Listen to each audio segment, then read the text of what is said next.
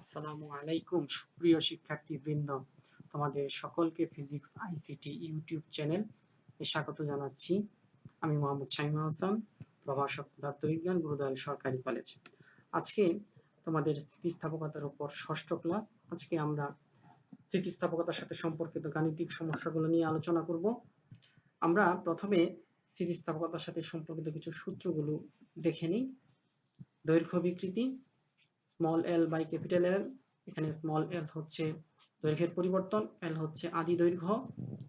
আয়তন বিকৃতি, small V by capital V. এখানে স্মল ভি হচ্ছে আয়তনের পরিবর্তন, ভি হচ্ছে আদি আয়তন। পীড়ন, একক ক্ষেত্রফলের উপর প্রযুক্ত বলকে বলা হয় পীড়ন। এখানে পীড়ন হচ্ছে F by A. F equal to হচ্ছে এমজি। এম হচ্ছে যে বস্তুটা ঝোলানো হবে সেই বস্তুটির ভর, আর জি হচ্ছে অভিকর্ষজ ত্বরণ। এখানে এ হচ্ছে তার বা দণ্ডটির মুক্ত প্রান্তের প্রস্থচ্ছেদের ক্ষেত্রফল, পাই আর স্কয়ার। ইয়ং এর গুণাঙ্ক y equal to F capital L by A small L. আয়তন গুণাঙ্ক b equal to T V by small V. পয়সনের অনুপাত সিগমা ইকুয়াল টু পার্শ্ব বিকৃতি বাই দৈর্ঘ্য বিকৃতি। পার্শ্ব বিকৃতি এখানে হচ্ছে small R by capital R. এখানে স্মল আর হচ্ছে ব্যাসার্ধের পরিবর্তন, ক্যাপিটাল আর হচ্ছে আদি ব্যাসার্ধ। এখানে ব্যাসার্ধের পরিবর্তে আমরা ব্যাস ব্যবহার করেও পয়সনের অনুপাত লিখতে পারি। তারপর হচ্ছে small L by capital L হচ্ছে দৈর্ঘ্য বিকৃতি। তারপর হচ্ছে স্থিতিস্থাপক বিভব শক্তি W equal to Y A small L square by 2l। এখানে ওয়াই হচ্ছে ইয়ং এর স্থিতিস্থাপক গুণাঙ্ক, এ হচ্ছে প্রস্থচ্ছেদের ক্ষেত্রফল, স্মল এল হচ্ছে দৈর্ঘ্যের পরিবর্তন, আর ক্যাপিটাল এল হচ্ছে আদি দৈর্ঘ্য। তারপর হচ্ছে একক আয়তনের স্থিতিস্থাপক বিভব শক্তি ইকুয়াল টু হাফ ইন্টু পীড়ন ইন্টু বিকৃতি। এখন আমরা প্রথম গাণিতিক সমস্যাটি শুরু করতে যাচ্ছি। প্রথম গাণিতিক সমস্যাটি হচ্ছে 5 মিটার দৈর্ঘ্য এবং 1 মিলিমিটার ব্যাস বিশিষ্ট তারে 25 কেজি ভরের বস্তু ঝুলানোর ফলে দৈর্ঘ্য 0.1 মিলিমিটার প্রসারিত হলে তারটির সঞ্চিত শক্তির পরিমাণ নির্ণয় করো। তাহলে আমাদের এখানে বের করতে হবে তারটির সঞ্চিত শক্তির পরিমাণ। তারটির দৈর্ঘ্য কত দিয়ে আছে? L ইকুয়াল টু 5 মিটার, ব্যাস হচ্ছে D ইকুয়াল টু 1 মিলিমিটার। তাহলে ব্যাসার্ধ D বাই 2। তাহলে 1 মিলিমিটার এটাকে আমাদের মিটারে কনভার্ট করতে হবে। তাহলে মিটারে যদি আমরা কনভার্ট করতে চাই তাহলে এটাকে tan ইনভার্স 3 দিয়ে গুণ করলেই মিটার পাওয়া যাবে। তাহলে তার ব্যাসার্ধ কি দাঁড়াবে? 1 into tan inverse 3 by 2, 0.5 into tan inverse 3 metre. তার দৈর্ঘ্য কতটুকু পরিবর্তন বৃদ্ধি ঘটলো? 0.1 মিলিমিটার। তাহলে এটাকেও আমরা মিটারে কনভার্ট করব। 0.1 ইন্টু tan ইনভার্স 3 মিটার। কতটুকু ভর চাপানো হলো? 25 KG. m equal to 25 KG. সঞ্চিত শক্তি W ইকুয়াল টু হোয়াট বের করতে হবে। আমরা এর আগে সঞ্চিত শক্তির সূত্রটা পড়ে আসছি। W equal to Y A L small L square by 2l। এখানে y হচ্ছে স্থিতি ইয়ং এর গুণাঙ্ক, এ হচ্ছে প্রস্থচ্ছেদের ক্ষেত্রফল, স্মল এল হচ্ছে দৈর্ঘ্যের পরিবর্তন বা দৈর্ঘ্য বৃদ্ধি, আর এল হচ্ছে আদি দৈর্ঘ্য। এখন আমরা জানি y equal to F by A by small L by capital L, অর্থাৎ পীড়ন বা বিকৃতির অনুপাতই হচ্ছে ইয়ং এর গুণাঙ্ক। তাহলে এটাকে যদি সিম্পলিফাই করা যায় তাহলে কি চলে আসে? F into L into A to small L. তাহলে ওয়াই এর মানটা আমরা এখানে বসিয়ে দিলাম, F L by A small L. A চলে যাবে, এল স্কোয়ার, এল উপরে একটা এল থাকবে, ক্যাপিটাল এল চলে যাবে। তাহলে ফাইনালি থাকলো কি? F into small L by 2। তাহলে W equal to F into small L by 2।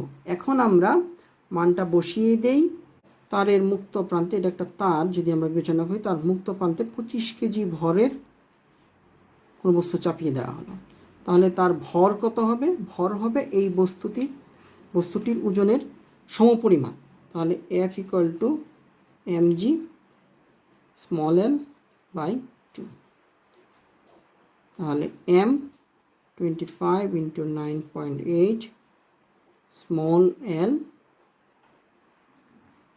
1 into 0.1 into 10 inverse 0.1 into 10 inverse 3 by 2। তাহলে যদি এটাকে আমরা সলভ করি তাহলে কি দাঁড়ায়? 25 into 9.8 into 0.1 into 10 inverse 3 by 2। তাহলে আমার আনসার চলে আসলো 0.0125 শক্তির একক হচ্ছে জুল। আমরা এখানে জুল দিয়ে দিলাম। এখন একটা জিনিস আমরা একটু খেয়াল করি, যদি আদি দৈর্ঘ্য দেওয়া থাকে, দৈর্ঘ্যের পরিবর্তন দেওয়া থাকে, এবং যদি বলে যে এখানে সঞ্চিত শক্তি বের করো, তাহলে এই সমীকরণটা সিম্পলিফাই হয়ে কি আসতেছে? W equal to F into small l by 2। এই সমীকরণটা আমরা একটু মনে রাখবো। এই সমীকরণটা এখান থেকেই এই সমীকরণটা আসছে। অনেক সময় এমসিকিউর জন্য এরকম ছোটোখাটো অঙ্ক আসতে পারে, তখন আর এত বড় অঙ্ক করার প্রয়োজন নাই, আমরা এই সূত্র প্রয়োগ করে আমরা অঙ্কটি করতে পারবো। দ্বিতীয় গাণিতিক সমস্যাটি হলো 1 মিটার দীর্ঘ ও 10 ইনভার্স 2 সেন্টিমিটার স্কয়ার প্রস্থচ্ছেদ বিশিষ্ট একটি তারকে 2 কেজি ওজন দ্বারা টানা হলো। তারটির দৈর্ঘ্য বৃদ্ধি নির্ণয় করো। এখানে ইয়ং এর গুণাঙ্ক দেওয়া আছে 2 into 10 to the power 11 newton per metre square. এখন আমরা দ্বিতীয় গাণিতিক সমস্যাতে চলে যাচ্ছি।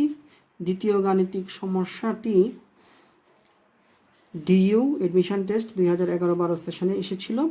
তাহলে এখানে যে সমস্যাটির কথা বলা আছে, এখানে একটি তারের দৈর্ঘ্য হচ্ছে 1 মিটার, আদি দৈর্ঘ্য, তারের আদি দৈর্ঘ্য হচ্ছে 1 মিটার। তার প্রস্থচ্ছেদের ক্ষেত্রফল হচ্ছে 10 ইনভার্স 2 সেন্টিমিটার স্কয়ার। এর 2 কেজি ওজন দ্বারা টানা হচ্ছে। 2 কেজি ওজন মানে হচ্ছে যে ভরটা এখানে লাগানো আছে বা বস্তুটা লাগানো আছে, সেই বস্তুর ভর হচ্ছে 2 কেজি। তাহলে তার ওজন যদি আমরা বের করতে চাই, তাহলে F ইকুয়াল টু mg। বস্তুটির ভর কত? 2, উদ্ঘর্ষণ ত্বরণ 9.8, পাবো 19.6 নিউটন। আর এখানে প্রস্থচ্ছেদের ক্ষেত্রফল সেন্টিমিটার স্কয়ার এককে রয়েছে, এটাকে আমাদের নিতে হবে মিটার স্কয়ার এককে। তাহলে মিটার স্কয়ার এককে যদি আমরা নিতে চাই, তাহলে আমাকে গুণ দিতে হবে 10 ইনভার্স 4 দ্বারা, তাহলেই আমরা পেয়ে যাব মিটার স্কয়ার। তাহলে 10 inverse 2 into 10 inverse 4, 10 inverse 6 metre square. এখন ইয়ং এর গুণাঙ্ক দেওয়া আছে 2 into 10 to the power 11 newton per metre square. আমাদের এখানে বের করতে হবে দৈর্ঘ্যের পরিবর্তন বা দৈর্ঘ্য বৃদ্ধি small l equal to what. তাহলে আমরা জানি ইয়ং এর গুণাঙ্ক y ইকুয়াল টু পীড়ন বাই বিকৃতি, F by a small l by l। এটাকে যদি আমরা সিম্পলিফাই করি তাহলে দাঁড়াচ্ছে y equal to F into l a into small. তাহলে small l equal to FL a y। এখন আমরা এখানে f এর মান বসিয়ে দিই। f সমান হচ্ছে 19.6, l হচ্ছে 1, এখানে a হচ্ছে 10 ইনভার্স 6, y হচ্ছে 2 ইন্টু 10 টু দি পাওয়ার 11। তাহলে কত আসতেছে আমরা একটু ক্যালকুলেটরে হিসাবটা করে নেই। ক্যালকুলেটরের মাধ্যমে রেজাল্টটি পাওয়া গেল 9 ইন্টু 10 ইনভার্স 5 মিটার। তাহলে দৈর্ঘ্যের পরিবর্তন হচ্ছে 9.8 ইন্টু 10 ইনভার্স। তৃতীয় গাণিতিক সমস্যা, বল প্রয়োগের ফলে একটি তারের দৈর্ঘ্য 1% পরিবর্তন হলে ব্যাস শতকরা কত ভাগ পরিবর্তিত হবে? পয়সনের অনুপাত 0.2। এই অঙ্কটি পয়সনের অনুপাত সংক্রান্ত অঙ্ক। চলো আমরা অঙ্কটি শুরু। তৃতীয় গাণিতিক সমস্যাটি বুয়েট এডমিশন টেস্ট 12-13 সেশনে এসেছিল। তাহলে সমস্যাটি এখন আমরা সলভ করব। এখানে মান দেয়া নেই, আদি দৈর্ঘ্য কোনো মান দেওয়া নেই। আমরা এখানে ধরে নিলাম আদি দৈর্ঘ্য হচ্ছে এল, দৈর্ঘ্যের পরিবর্তন হচ্ছে 1%। তাহলে স্মল এল ইকুয়াল টু আদি দৈর্ঘ্যের 1%, তাহলে এল ইন্টু 1/100 ইকুয়াল টু 0.01 এল। তাহলে আমরা স্মল এল পেলাম 0.01 ক্যাপিটাল এল, এবং পয়সনের অনুপাত দেওয়া আছে 0.2, এবং অঙ্ক অনুযায়ী আমাদের বের করতে হবে যে ব্যাসের শতকরা পরিবর্তন কতটুকু। তাহলে আমরা জানি পয়সনের অনুপাত ইকুয়াল টু পার্শ্ব বিকৃতি বাই দৈর্ঘ্য বিকৃতি। তাহলে এখানে আমরা লিখতে পারি small d capital D equal to sigma small L by capital L. তাহলে পরের লাইনে কি চলে আসলো, পয়সনের অনুপাত ইন্টু দৈর্ঘ্য বিকৃতি। তাহলে পয়সনের অনুপাত আমরা জানি কত, 0.2, আর দৈর্ঘ্য বিকৃতি এখানে স্মল এল পাওয়া যাচ্ছে 0.01 এল, এল এল এল চলে গেল, তাহলে থাকবে কত, তাহলে ব্যাসের পরিবর্তন আদি ব্যাসের 0.0021। এখন এটাকে যদি আমরা শতকরায় প্রকাশ করি তাহলে এটাকে 100 দ্বারা গুণ করতে হবে। তাহলে শতকরা পরিবর্তন, শতকরা ব্যাসের পরিবর্তন ইকুয়াল টু কত, 0.002কে যদি আমরা 100 দ্বারা গুণ করি তাহলে আমরা পাবো 0.2%। অনেক সময় এখানে দিল ব্যাসের পরিবর্তন, অনেক সময় দৈর্ঘ্যের শতকরা পরিবর্তন, এভাবেও অঙ্কটি চলে আসতে পারে। ব্যাসার্ধ দিয়েও অঙ্কটি আসতে পারে। এখন আমরা চলে যাচ্ছি 4 নম্বর গাণিতিক সমস্যায়। 4 নম্বর গাণিতিক সমস্যাটি হচ্ছে 1.5 × 10⁶ গ্রাম ভরের একটি লিফট ইস্পাতের তারের সাহায্যে ঝোলানো আছে। উপরে ওঠার সময় লিফটের সর্বোচ্চ ত্বরণ 1.8 মিটার/সেকেন্ড স্কয়ার এবং অসহ পীড়ন 3 × 10⁸ নিউটন/মিটার স্কয়ার হলে তারের সর্বনিম্ন ব্যাসার্ধ কত? এই অঙ্কটিতে লিফটটির ভর হচ্ছে 1.5 × 10⁶ গ্রাম। তাহলে এটাকে আমরা কেজিতে রূপান্তর করে নিই। এখানে লিফটটি সর্বোচ্চ 1.2 মিটার/সেকেন্ড স্কয়ার ত্বরণে উঠতে পারে। এখন এই লিফটটির একটি নিজস্ব ওজন রয়েছে, আর লিফটটির ওজন হচ্ছে mg।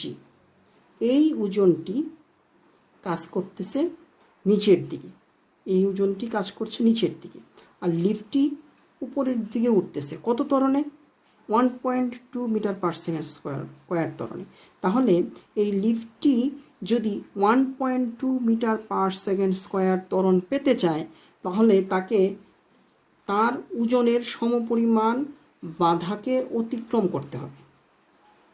তার মানে লিফটটি উপরের দিকে সে ওজন লাভ করবে বা বল লাভ করবে ma + mg, এবং সে যদি এই ওজন সে উপরের দিকে লাভ করবে, এবং এই ওজন থেকে সে এই পরিমাণ ওজন সে আমরা যদি বাদ দেই তাহলে তার লব্ধি যে বলটি বা ত্বরণটি থাকবে সেটি হচ্ছে ma, অর্থাৎ তার ওজনের সমপরিমাণ বলকে বা বাধাকে অতিক্রম করার পর সে এই ত্বরণটি লাভ করবে। তাহলে উপরের দিকে লব্ধি যে ওজনটি বা বলটি অনুভব করবে লিফটটি, সেটি হচ্ছে F = ma + mg। তাহলে আমরা লিখতে পারি ma + g। এখন আমরা এখানে যে জিনিসটা বের করতে চাচ্ছি সেটি হচ্ছে সর্বনিম্ন ব্যাসার্ধ। এখন অনেকেই প্রশ্ন করতে পারে বা মনের মধ্যে প্রশ্ন আসতে পারে সর্বনিম্ন ব্যাসার্ধ মানে কি। এখন ধরো এই যে লিফটের যে তারটি রয়েছে, এটা ধরো লিফটের তার, ইস্পাতের তার, আমরা যত এটাকে আমরা টানবো বা বল প্রয়োগ করব, তত সেটা আস্তে আস্তে সংকুচিত হতে থাকবে, একটা সময় সে ছিঁড়ে যাবে। যে বলের জন্য লিফটের তারটি ছিঁড়ে যাবে সেটাই হচ্ছে অসহগ বল, এবং ওই অবস্থাতে তার ব্যাসার্ধ হবে সর্বনিম্ন। এখানেই এই সর্বনিম্ন টার্মটি ব্যবহৃত হয়েছে। আমরা জানি অসহগ পীড়ন equal to F by A. তাহলে এ হচ্ছে এখানে মুক্ত প্রান্তের ক্ষেত্রফল, A equal to M into A plus G. আমরা F equal to M into A plus G কী জন্য হবে সেটা আমরা আগেই জেনে আসছি। তাহলে এ মানে হচ্ছে পাই আর স্কোয়ার, এখানে আর হচ্ছে তারের ব্যাসার্ধ। তাহলে আমরা এই সমীকরণে মানটা আমরা বসিয়ে দিচ্ছি। এম এর মান হচ্ছে 1.5 ইন্টু 10 কিউব প্লাস এ ইন্টু এ হচ্ছে 1.2 প্লাস জি অভিকর্ষতল 9.8। তারপর পায়ের মান আমরা বসিয়ে দিলাম, অসহগ পীড়নের মান বসিয়ে দিলাম। এখন যদি আমরা ক্যালকুলেটর ব্যবহার করি তাহলে আমরা আর স্কোয়ারের মানটা পাই 0.000174772। তারপর বর্গমূল করলে আর এর মানটি পাওয়া যাবে 4.18 ইন্টু 10⁻³ মিটার। তাহলে এটিই হচ্ছে সর্বনিম্ন ব্যাসার্ধ। এখন আমরা 5 নম্বর গাণিতিক সমস্যা নিয়ে আলোচনা করব। 5 নম্বর গাণিতিক সমস্যাটি হচ্ছে একটি ইস্পাতের ঘনকের প্রতি বাহুর দৈর্ঘ্য 10 সেন্টিমিটার, এর উপর 100 নিউটন বিবর্তন বল প্রযুক্ত হলো। ঘনকের উপরের পৃষ্ঠ নিচের পৃষ্ঠ অপেক্ষা 0.01 সেন্টিমিটার সরে গেল। বিবর্তন বিকৃতি, বিবর্তন পীড়ন ও বিবর্তন গুণাঙ্ক বের করো। 5 নম্বর গাণিতিক সমস্যা অনুযায়ী এটি একটি 10 সেন্টিমিটার বাহু বিশিষ্ট একটি ঘনক, এর প্রতিটি বাহুর দৈর্ঘ্য 10 সেন্টিমিটার। আমরা উপরের পৃষ্ঠে 100 নিউটন স্পর্শকীয় বল প্রয়োগ করলাম বা বিবর্তন বল প্রয়োগ করলাম। আমরা জেনে আসছি বিবর্তন বল বা স্পর্শকীয় বল প্রয়োগ করার জন্য তার নিচের তলটা ফিক্সড, উপরের তলটা তার আগের অবস্থান থেকে 0.01 সেন্টিমিটার বিচ্যুত হয়ে গেল। দ্যাট মিন্স এই বাহুর অবস্থান এখানে চলে আসলো, এই বাহু চলে আসলো এইখানে, আর তার আগের অবস্থান থেকে চলে আসলো। নিচের যে প্রান্তটি রয়েছে বা নিচের যে তলটি রয়েছে, তলটি ফিক্সড। তাহলে নতুন আরেকটি তল সৃষ্টি হবে এই বিবর্তন বল প্রয়োগ করার কারণে। তাহলে উপরের তলটি কতটুকু সরে আসলো? 0.01 সেন্টিমিটার। আর এই ঘনকটির প্রতিটি প্রান্তের দৈর্ঘ্য বা প্রতিটি ধারের দৈর্ঘ্য হচ্ছে 10 সেন্টিমিটার। এখন প্রথমে আমরা বের করব বিবর্তন বিকৃতি। তাহলে বিবর্তন বিকৃতিকে আমরা প্রকাশ করি কি দ্বারা? থিটা দ্বারা। তাহলে এখানে থিটা মান অতি অল্প হওয়ায় এটাকে আমরা tan থিটা ধরতে পারি। তাহলে tan থিটা ইকুয়াল টু আমরা জানি লম্ব বাই ভূমি। তাহলে এটা যদি থিটা হয় তাহলে লম্ব হচ্ছে এটা, আর এটা হচ্ছে ভূমি। তাহলে লম্ব হচ্ছে যতটুকু বিচ্যুত হলো বা সরে গেল, তাহলে 0.01, আর ভূমির দৈর্ঘ্য হচ্ছে 10। তাহলে আমরা যদি ভাগ করি তাহলে কি পাই? 0.01 বাই 10 ইকুয়াল টু 0.001। তাহলে এটা হচ্ছে বিবর্তন বিকৃতি। যেহেতু একই রাশির অনুপাত সেজন্য এর কোনো একক নেই। তারপর আমরা চলে যাব বিবর্তন পীড়ন, এফ বাই এ। তাহলে এফ হচ্ছে বিবর্তন বল, এ হচ্ছে যে তলে বল প্রয়োগ করা হচ্ছে ওই তলের ক্ষেত্রফল।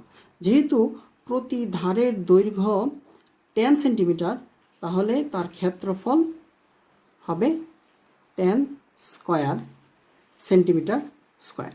তাহলে এফ হচ্ছে 100 নিউটন 10 সেন্টিমিটার ইন্টু 10 সেন্টিমিটার। তাহলে এটাকে যদি আমরা মিটারে নিয়ে যাই তাহলে আমরা পাবো 100 ইন্টু 10 ইনভার্স 4। তাহলে যদি আমরা ক্যালকুলেটর ব্যবহার করি তাহলে কি পাচ্ছি আমরা 10 to the power 4 newton per metre square. তাহলে এটা হচ্ছে বিবর্তন পীড়ন। এখন আমরা চলে যাই বিবর্তন গুণাঙ্ক। বিবর্তন গুণাঙ্ক মানে হচ্ছে বিবর্তন পীড়ন বাই বিবর্তন বিকৃতি। তাহলে বিবর্তন পীড়ন কত পেলাম আমরা আগের অঙ্কে 10 টু দি পাওয়ার 4, আর বিবর্তন বিকৃতি 0.01। তাহলে আমরা লিখতে পারি 10 টু দি পাওয়ার 4 1 10 ইনভার্স 3, তাহলে 10 to the power 7 newton per metre square. তাহলে যদি এই ধরনের বিবর্তন বিকৃতি সংক্রান্ত যদি কোনো অঙ্ক আসে তাহলে আমরা ইনশাল্লাহ করতে পারবো। এখন আমরা সর্বশেষ গাণিতিক সমস্যা নিয়ে আলোচনা করব। সর্বশেষ গাণিতিক সমস্যাটি হচ্ছে একটি তারের এক প্রান্তে 10 কেজি ভরের একটি বস্তুকে বেঁধে বৃত্তাকার পথে ঘোরানো হচ্ছে। তারটি 0.3 মিটার লম্বা এবং প্রস্থচ্ছেদের ক্ষেত্রফল 10 ইনভার্স 6 মিটার স্কয়ার।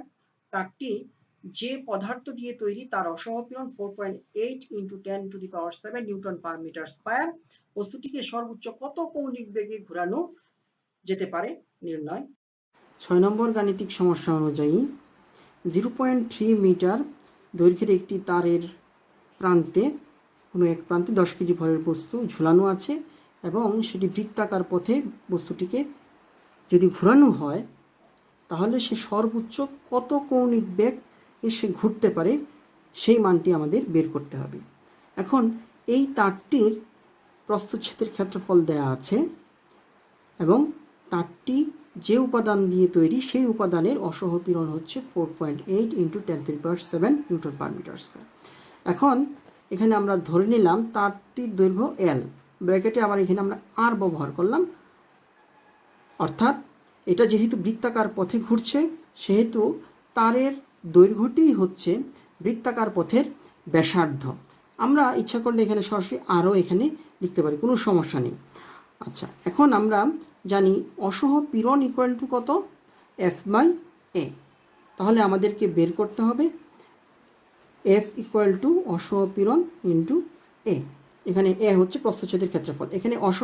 এখানে বলটা কেন আমরা বের করব, কারণ এই যে বলটা আমরা বের করব বা অসহ যে বলটা বের করব এই বলটাই কেন্দ্রমুখী বলের সমান হবে।